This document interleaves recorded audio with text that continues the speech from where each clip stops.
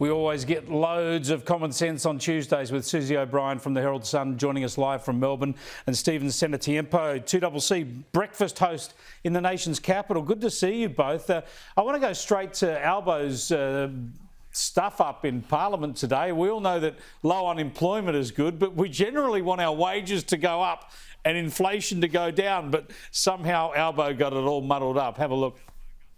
So inflation up, wages down, unemployment low. That is what has been achieved through the hard work of Australians. Inflation up and wages down. Sounds great, Susie. You just have to look at the reaction of some of the people behind him. They're like, oh my God, what did he just say?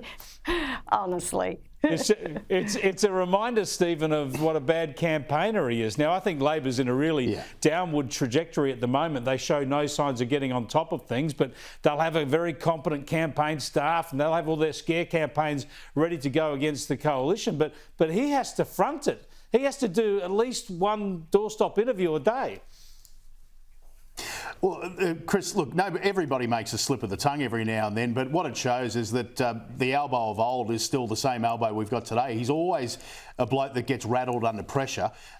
He used to come out on the attack. Now he just, he's a bloke that's not across his brief, and that's the biggest issue that we've had for the whole time that he's been in the lodge, is that he doesn't know the facts and figures, and a slip, whilst it might be a Freudian slip, it just shows that he is rattled and on the ropes. But the look on Christy McBain's face was priceless behind her.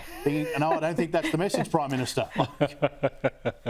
Well, I want to go from the Prime Minister to his former Deputy Chief of Staff back when he was Deputy Prime Minister in the Rudd government, in the Gillard government, I think it was anyway.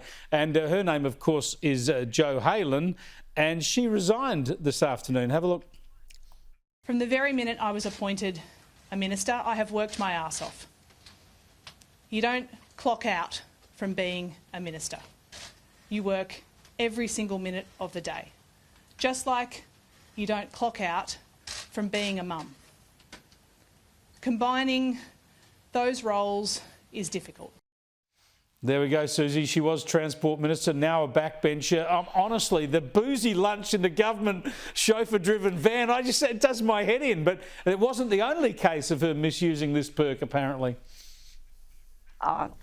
I think any mother who is a working mother who has to do the sport run, not to mention those who like a boozy lunch, are not at all sympathetic to this woman, who is only admitting to the errors once she's found out. I mean, when she was first questioned about this, she was saying, I'm not going to have a running commentary on this. She was trying to deny it. She was trying to say, oh, look, it was all according to, I accept the review, but it was all according to the rules. I mean, this is an absolute disgrace from a mother, from a worker, from someone who is Transport Minister. She should know that this does not pass the pub test or any sort of test.